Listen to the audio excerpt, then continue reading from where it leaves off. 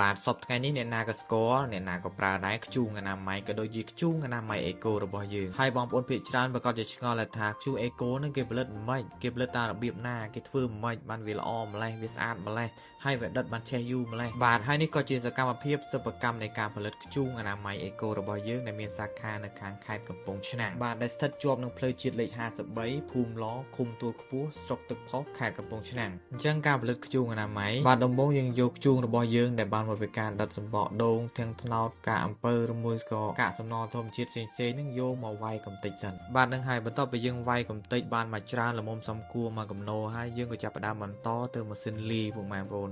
នឹងគឺជាម៉ាស៊ីនលីដែលយើងបានលីខ្ជូងជាមួយនឹងសមាសធាតុផ្សំផ្សេងៗដើម្បីឲ្យខ្ជូងនឹងមានគុណភាពខ្ពស់ពុកម៉ែបងប្អូននេះគឺការលីបែបនេះពុកម៉ែបងប្អូនគឺច្បល់ចូលគ្នាឲ្យម៉ត់ឲ្យសព្វអញ្ចឹងណាអញ្ចឹងបន្ទាប់ពីលីច្បល់សព្វគ្រប់អស់ហើយពុកម៉ែបងប្អូនយើងក៏យកសមាសធាតុខ្ជូងនឹងទៅដាក់ក្នុងម៉ាស៊ីនសម្អិតពុកម៉ែបងប្អូនគឺជាម៉ាស៊ីនមួយនេះបាទម៉ាស៊ីនរបស់យើងមានការសម្អិតខ្ពស់ហើយនឹងណែនល្អពុកម៉ែបងប្អូនមើលសង្កេតមើលបានបាទក្តៅឡើងហុយមកប៉ុណ្ណឹងហើយគឺស្អិតមែនទែនវារុញមកវាណែនខ្លាំងមែនទែនហើយបន្ទាប់ពីយើងសម្អិតហើយយើងចូលក្នុងម៉ាស៊ីនកាត់ពុម្ពខ្ជូងពុកម៉ែបងប្អូនម៉ាស៊ីនកាត់ពុម្ពខ្ជូងរបស់យើងមានប្រើប្រព័ន្ធ laser កាត់ស្វ័យប្រវត្តិពុកម៉ែបងប្អូនគឺកាត់ស្មើល្អស្អាតត្រូវតាមຂະຫນាត់អតិថិជនត្រូវការបាទបន្ទាប់ពីកាត់បានស្អាតតាមតម្រូវការហើយយើងក៏យកមកតម្រៀបគ្នាលើកញ្ច្រែងពុកម៉ែបងប្អូនគឺកញ្ច្រែងប្រភេទនេះមួយកញ្ច្រែងយើងដាក់បាន40ដុំហើយយើងយកមកតម្រៀបគ្នាបែបនេះពុកម៉ែបងប្អូនគឺស្អាតមែនទែនបាទបន្ទាប់ពីតម្រៀបរួចហើយពុកម៉ែបងប្អូនជំហានចុងក្រោយរបស់យើងគឺរុញចូលឡដើម្បីសម្ងួតខ្ជូងហើយឡរបស់យើងប្រភេទនេះគឺយើងប្រើលក្ខណៈចំហាយភ្លើងក្តៅពុកម៉ែបងប្អូនគឺយើងដុតភ្លើងធម្មតាហើយប្រើចង្ហាល់ដើម្បីបឺត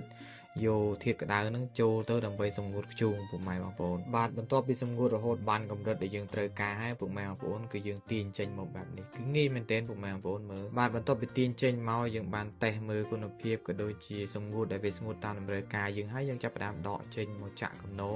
ហើយយើងបន្តការវេចខ្ចប់ពុកម៉ែបងប្អូនហើយការវេចខ្ចប់របស់យើងគឺផ្ដោតទៅលើຂະຫນាត់ហើយទម្ងន់ច្បាស់លាស់ដែលមួយការ៉ុងមានទម្ងន់រហូតដល់25គីឡូមើលទៅសុខស្អាតមែនទែនចំពោះការវេចខ្ចប់ក៏ដូចជាគុណភាពការ៉ុងពុកម៉ែបងប្អូនមិនងាយលហែក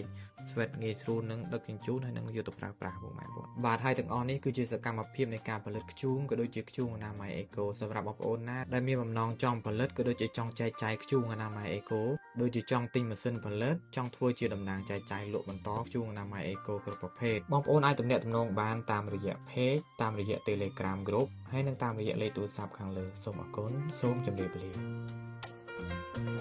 ចូលរួមអភិវឌ្ឍនិងសហការដោយ